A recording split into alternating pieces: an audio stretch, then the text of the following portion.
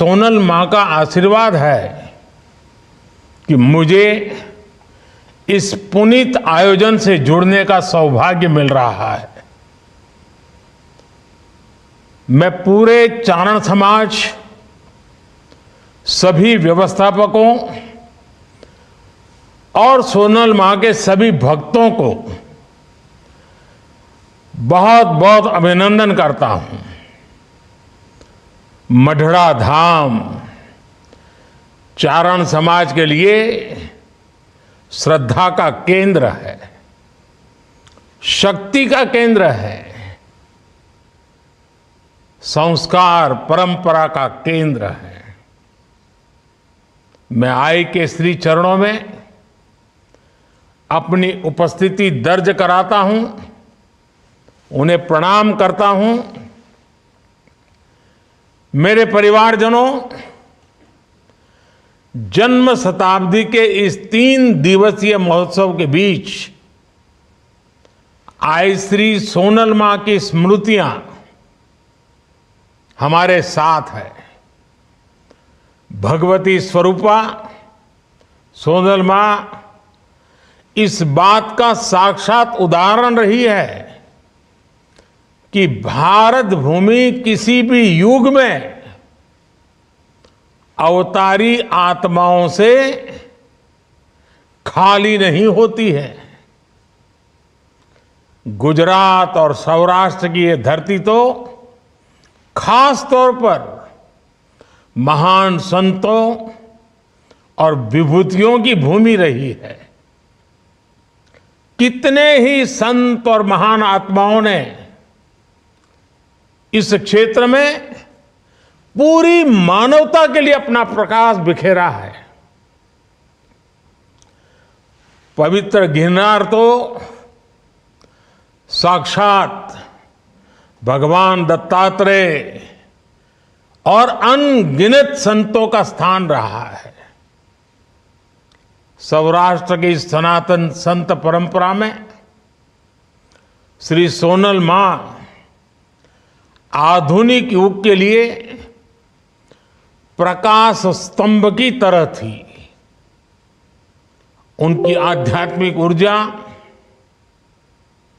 उनकी मानवीय शिक्षाएं, उनकी तपस्या, इससे उनके व्यक्तित्व में एक अद्भुत दैवीय आकर्षण पैदा होता था।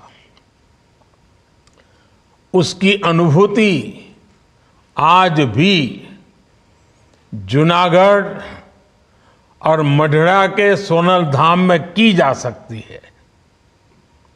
भाइयों बहनों, सोनल मां का पूरा जीवन जन कल्याण के लिए, देश और धर्म की सेवा के लिए समर्पित रहा। उन्होंने भगत बापू, विनोबा भावे, रविशंकर महाराज, कन्हभाई लहरी, कल्याण सेठ जैसे महान लोगों के साथ काम किया। चारण समाज के विद्वानों के बीच उनका एक विशेष स्थान हुआ करता था। उन्होंने कितने ही युवाओं को दिशा दिखाकर उनका जीवन बदला। उन्होंने समाज में शिक्षा के प्रसार के लिए अद्भुत काम किया। सोनल मां ने व्यसन और नशे के अंधकार से समाज को निकालकर नई रोशनी दी। सोनल मां समाज को कुरीतियों से बचाने के लिए निरंतर काम करती रही। कच्छ के बोवार गांव से उन्होंने बहुत बड़ा प्रतिज्ञा अभियान शुरू किया था। उन्होंने परिश्रम करके आत्मनिर्भर बनने पर हर किसी को सीख दी थी और उस पर जोर दिया था। पशुधन के प्रति भी उनका उतना ही बल था। पशुधन की रक्षा करने पर वो हर क्षेत्र में हर समय आग्रह करती थी। साथियों, आध्यात्मिक और सामाजिक कार्यों के साथ ही सोनल मां देश की एकता और देश की अखंडता की भी एक मजबूत प्रहरी थी।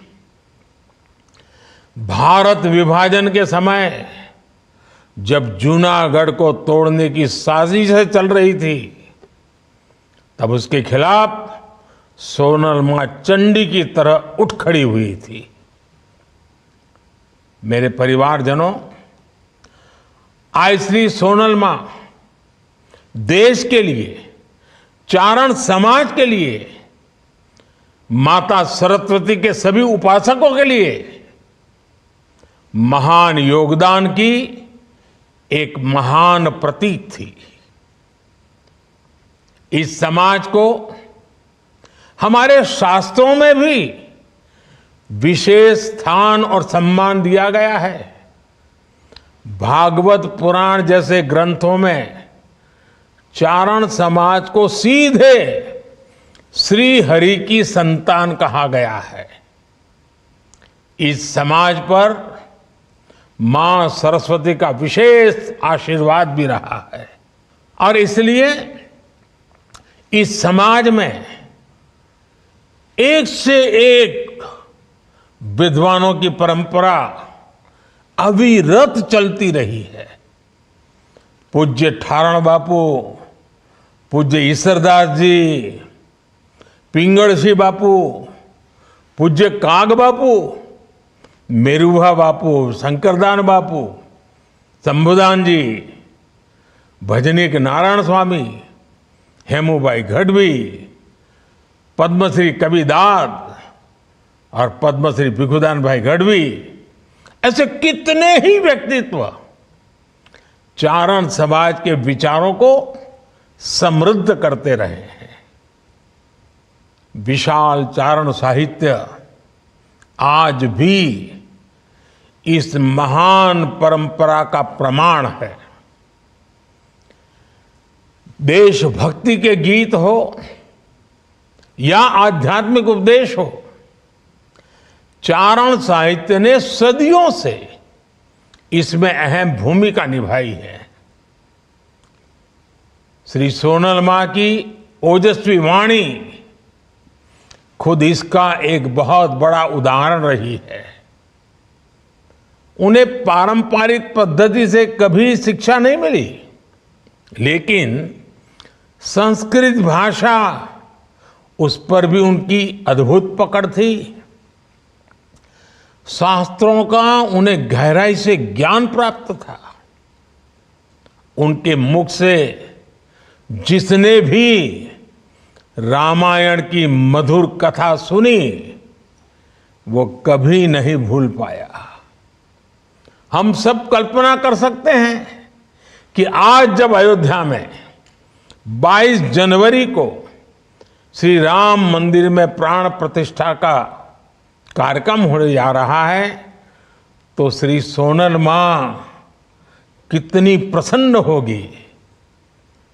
आज इस अवसर पर मैं आप सभी से 22 जनवरी को हरेक के घर में शाम को श्री राम ज्योति प्रज्वलित करने का आग्रह भी करूंगा। कल से ही हमने अपने मंदिरों में स्वच्छता के लिए विशेष अभियान भी शुरू किया है।